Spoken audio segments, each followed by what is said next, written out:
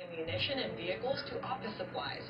Under that program, assets that would otherwise be scrapped can be repurposed to help state, local, and tribal law enforcement to better protect and serve public safety and reduce crime.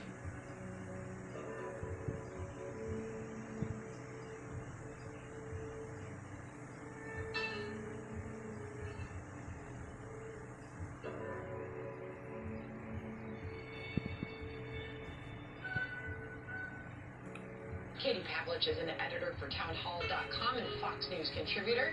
Katie, good morning to you. Good to see you, Sandra. So what do you make of this move by President Trump?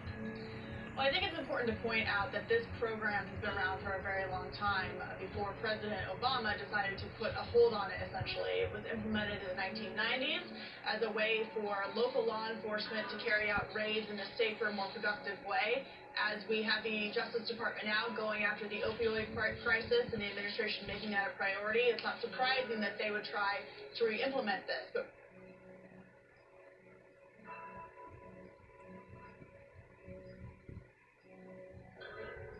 it was implemented in the 1990s as a way for local law enforcement to carry out raids in a safer, more productive way.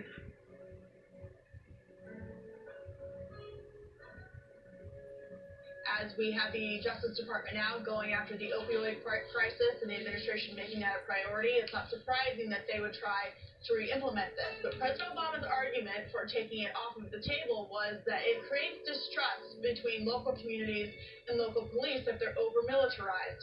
That's a fine and fair argument to make.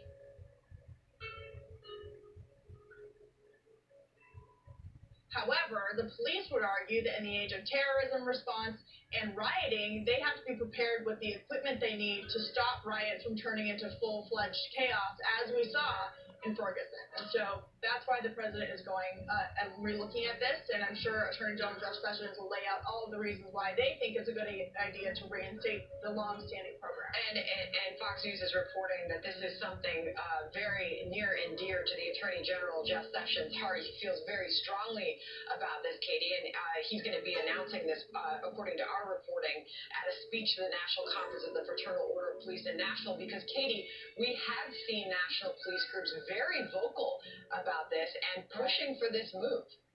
Well, we have to keep in mind that the Department of Justice can hand down directives and policies surrounding how these local departments apply for these grants that pay for this military equipment. Local law enforcement departments also have standards and procedures around when they use this type of equipment. Local law enforcement departments also have standards and procedures around when they use this type of equipment. Some people say